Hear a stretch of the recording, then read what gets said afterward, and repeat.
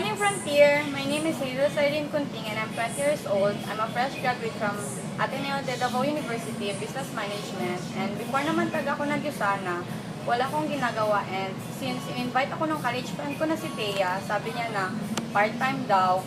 So, yun nga, naisip ko, wala naman akong ginagawa. So, why not try other things, di ba? Kaysa naman mabore ako sa bahay. So, ayun nga, nung in-invite niya ako, Hello Columbia niya ako.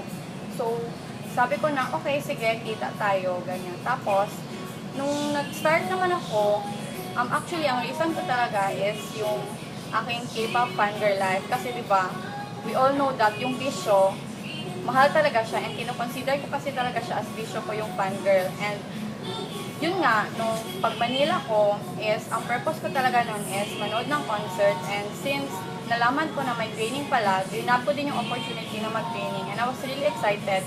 And hindi nga ako nagkamali kasi nung nag-training ako dyan, doon ko na-realize na hindi lang pala yung fangirl life ko ang masusustain niyo sana, pati din yung sa family ko.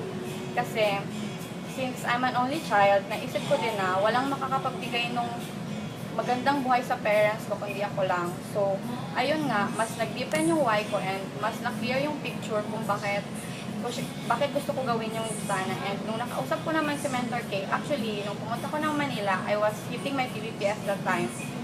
So, ayun nga, nung pagbalik ko ng Davao, nag-decide talaga ako na tapusin ko na yung PBPS ko. And actually, 1 week na lang yung natira nun. So, yun nga, nag-decide lang talaga ako na tapusin siya kasi it's a lifetime rank and inisip ko na it's now or never. And sayang lang kasi nun, kasi alam ko na tatapusin ko rin naman siya, pinatagal ko pa, and nag-cram lang talaga ako. So, natapos ko naman siya, pero ang suggestion ko lang dun sa mga nag-hit ng PBS, tatapusin nyo na lang din naman siya. Why not ngayon nyo natapusin? Huwag nyo nang paabutin dun sa bingit ng kamatayan, kasi kayo lang din yung mahihirapan. Trust me, mahirap talaga siya. So, yun nga, nag-decide lang talaga ako natapusin siya, and natapos ko naman siya.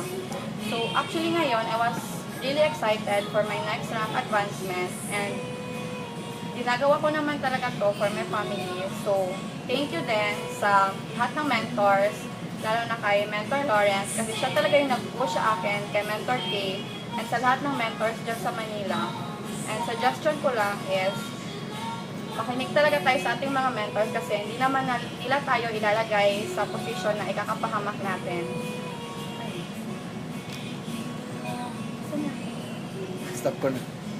Na-stop mo?